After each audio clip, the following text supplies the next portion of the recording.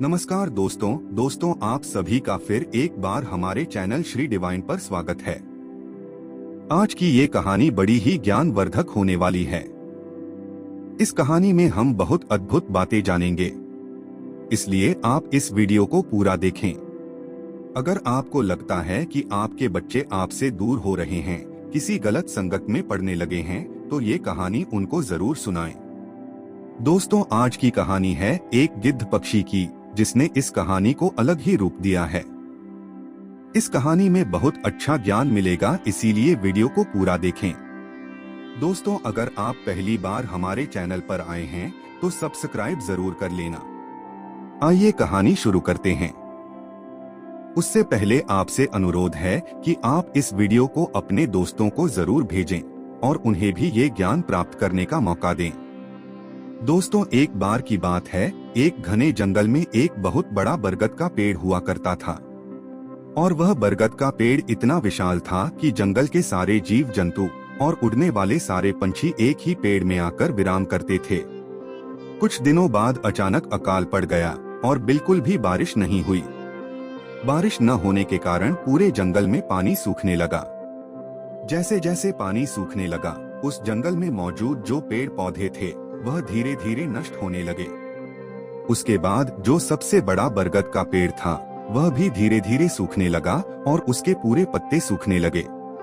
और जैसे ही वह पेड़ सूख गया, उसमें जो जीव जंतु चिड़िया रहते थे वो सभी उड़कर दूसरी जगह चले गए। परंतु आश्चर्य ये था कि उसमें रहने वाला गिद्ध पक्षी वहां से बिल्कुल नहीं गया। कुछ दिनों बाद वो बरगद का पेड़ सूख कर गिरने लगता है। उसको पूरी तरह दीमक खा जाती है, परंतु वह गिद्ध उस पेड़ को छोड़कर कहीं नहीं जाता है, दूसरी जगह अपना स्थान नहीं बनाता है। इस बात को देखकर जो उस गिद्ध पंछी के साथ चिड़िया और जीव जंतु रहा करते थे, वो एक दिन उस गिद्ध पंछी के पास आते हैं और आकर कहते हैं कि हे गिद्ध बाबा, आप इस पेड़ को छोड़ दीजिए, क्योंकि यह पेड़ पूरी तरह सूख चुका है। पूरी तरह से यह पेड़ अपने अंदर से नष्ट हो चुका है। अगर आप इसमें अब भी स्थायी बास बनाओगे तो कुछ दिनों में यह पेड़ गिर जाएगा और इसके साथ ही आपकी मृत्यु हो सकती है और आपके साथ बहुत बुरा हो सकता है। ये सब बात सुनकर वो गिद्ध पंछी कहता है कि नहीं, चाहे मेरी सांस चली जाए, परंतु इस पेड़ का मैं बिल्कुल भी साथ नहीं छोड़ूंगा।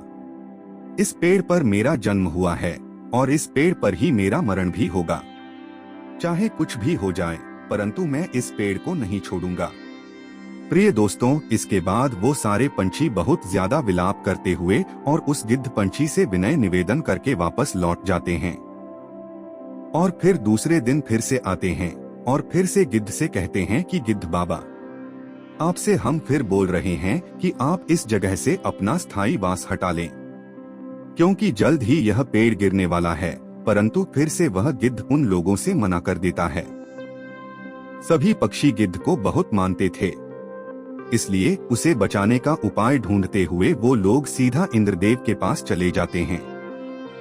और जैसे ही वो सब पक्षी इंद्रदेव के पास जाते हैं, इंद्रदेव से बोलते हैं कि महाराज, हम सभी एक वन में रहते हैं और उसमें पानी पूरी तरह सूख चुका है और वहीं पर हमारे वन में एक बहुत बड़ा बरगद का विशाल पेड़ है। उसी विशाल पेड़ में हम सभी जीव जंतु रहते थे। वहां हमसे सबसे बड़ी उम्र के एक गिद्ध पंछी रहते हैं, जिन्हें हम गिद्ध बाबा कहते हैं। पेड़ सूखने लगा और उसे दीमक खाने लगा है, इसलिए हम सब लोग वहां से अपना स्थायी वास हटा चुके हैं।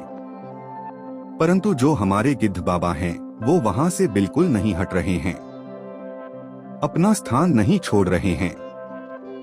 अगर ऐसा ही चलता रहा तो कुछ दिनों में वह बरगद का पेड़ गिर जाएगा, उसे दीमक खा जाएगी और वो गिद्ध बाबा उसी पेड़ के साथ ही नीचे गिर जाएंगे और उनकी मृत्यु हो जाएगी।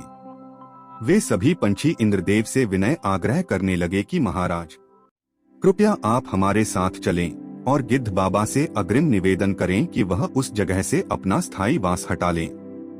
दोस्तों, इस तरह से जब वो सभी पंछी भगवान इंद्रदेव से निवेदन करते हैं तो कुछ देर बाद भगवान इंद्रदेव उन सभी पंछियों के साथ उस वन में चले जाते हैं।